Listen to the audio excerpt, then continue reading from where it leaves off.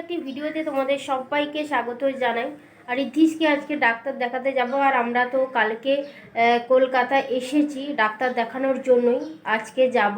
আজকের সারাদিন কিন্তু ডাক্তারখানায় কেটে যাবে। কলকাতার হসপিটাল মানে যা হয়, কিন্তু এটা যেহেতু শিশু স্পেশালিস্ট, তো সকালবেলায় একটা ডাক্তার দেখাবো, আবার দুপুরবেলা খাওয়া দাওয়া করে স্নান সেরে আবার যাব এইখানে মানে চেক আপ করাতে। কারণ রিদ্ধি সেইখানে ভর্তি ছিল দীর্ঘদিন, তো সেই কারণে চেক আপ করাতে আসতে হয়। তো সেই জন্য আসা, তো মনটাও খারাপ। যা হোক, বাচ্চার যদি কোনো কিছু হয় না, বাবা মারই মানে প্রত্যেক বাবা মারই মন খারাপ হয়। যাদের বাড়িতে বাচ্চাদের শরীর অসুস্থ হয় তাদের বাড়িতে মা বাবা বোঝে। যাই হোক, তোমরা কেমন আছো? আশা করি তোমরা সকলে ভালো আছো, সুস্থ আছো। আর আজকের সারাদিন কি করি না করি সবটাই তোমাদের সঙ্গে শেয়ার করব। তোমরা প্লিজ পুরো ভিডিওটা প্রথম থেকে দেখো। আর আমার ভিডিওগুলো যদি তোমাদের ভালো লেগে থাকে তাহলে চ্যানেলটা সাবস্ক্রাইব করো। আর একটা কথা বলি যে তোমরা আমাকে একটু সাপোর্ট আর ভালোবাসা দাও। তোমাদের সাপোর্ট ভালোবাসা ছাড়া তো আমি কোনো কিছু করতে পারবো না বা এগোতে পারবো না। তো তোমরা মানে সবাই না হলেও একজন যে কমেন্ট করো ভালো ভালো, সেটা কিন্তু আমার জন্য অনেক পাওয়া। যাই হোক, রিদ্ধিশের পাপাও চলে এসছে সকালবেলা। আমরা এসছি কালকে 7:45টার দিকে। আর ওর বাবা কালকে কিন্তু আর আসেনি রাতে, আজকে সকালবেলা এসছে 8:30টার সময়। তো ও আসতে আমি ব্রাশ ট্রাশ করে সবাই মিলে টিফিন করলাম। আর এখন বাজে কিন্তু 10:30। তো এখন কিন্তু বেরিয়ে যাচ্ছি। তো চলো আগে যাওয়া যাক, অনেকটা লেট হয়ে গেছে অবশ্য। মানে বাবার এইখান থেকে হসপিটালটার সামনেই, তবুও টাইমের একটা ব্যাপার আছে, টাইমে পৌঁছতে হবে। তো চলো যাওয়া যাক, একদম ওখানে গিয়ে তোমাদের সঙ্গে কথা হচ্ছে। রিদ্ধিশকে নিয়ে আমি আর ওর বাবা কিন্তু বেরিয়ে যাচ্ছি হসপিটালের উদ্দেশ্যে। আর মা কিন্তু বাড়িতে রয়েছে। আজকের কিন্তু বাবা বাড়িতে নেই, ডিউটিতে চলে গেছে। আজ কাল 2 দিন থাকবে। তো সেই কারণে একটু মনটাও খারাপ, কারণ বাবা বাড়িতে থাকলে কি হয়, এমনিতে কথাবার্তা হয় কি করব না করব। আর রিদ্ধিশ ছোটোবেলা থেকে এত ভুগছে বা ভোগান্তি হচ্ছে, আমাদের ছোটোবেলা থেকে এটা সেটা রোগ ব্যাধি যেন ছাড়ছে না। তো ছোটোবেলা থেকেই বাবা মানে ভগবান বাবার মধ্যে ঢুকে কিন্তু আমাদের ওপর মাথা রেখে মানে মাথায় হাত রেখেছে। তো সেই কারণে কোনো কিছু বাবাকে না জিজ্ঞেস করলেই নয়। তো দেখো, আমরা তো হসপিটালের উদ্দেশ্যে বেরিয়ে গেছি, টোটোতে বসেছি। তো মানে একজন পাশের জন বলছে যে ওর কি হয়েছে। তো বললাম অ্যালার্জি মতন।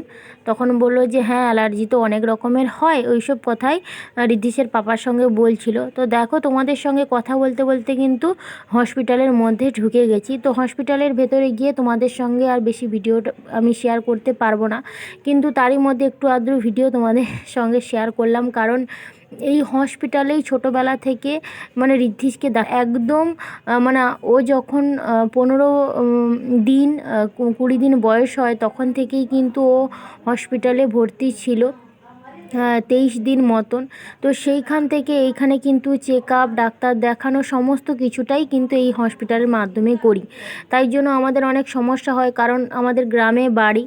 তো সেখান থেকে এখানে নিয়ে আসা কিন্তু অনেকটাই কষ্ট হয়। যাই হোক, দেখো ডাক্তার দেখিয়ে বেরোনোর পথে ও মানে দুষ্টুমি করছে, এটা সেটা নেবে বায়না করছে। তাই জন্য ওর বাবা ওকে একটা বন্দুক কিনে দিল আর একটা ডুগডুগি কিনে দিল। তো ডুগডুগিটা নিয়েই কিন্তু সঙ্গে সঙ্গে ও ভেঙে দিয়েছে। তো তারপরে দেখো টোটোতে বসে পড়েছি বাড়ি যাব বলে। এখন কিন্তু সকালবেলায় স্কিন স্পেশালিস্টকে দেখিয়েছিলাম যে কি হয়েছে, তো অ্যালার্জি বলল।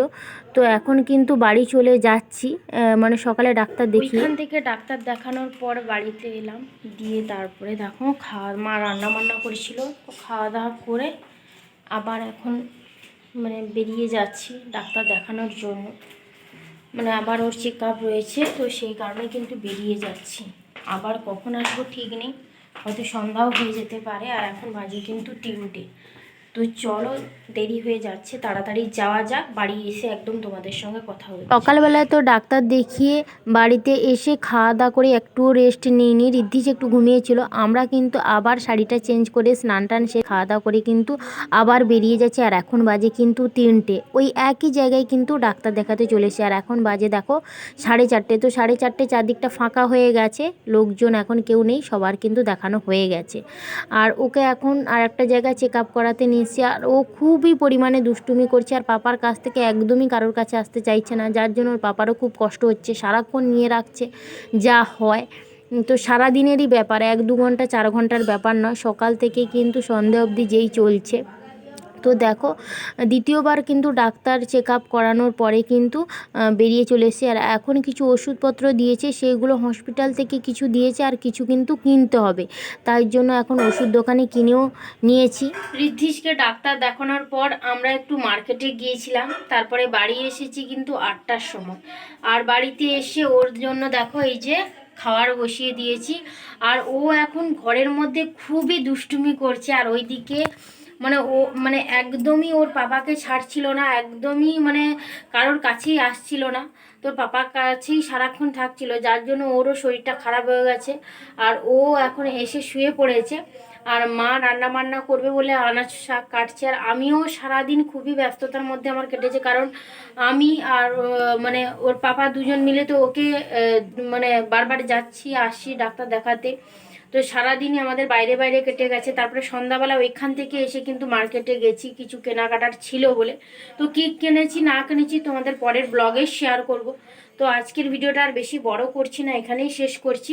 কেমন লাগলো অবশ্যই জানিও। নেক্সট ভিডিওতে তোমাদের সঙ্গে দেখা হবে। সবাই ভালো থাকো, সুস্থ থাকো, আর অবশ্যই আমার ভিডিওগুলো যদি তোমাদের ভালো লেগে থাকে তাহলে চ্যানেলটা সাবস্ক্রাইব করে পাশে থাকো। তো চলো আজকের মতন এই অবধি থাক, সবাইকে টাটা।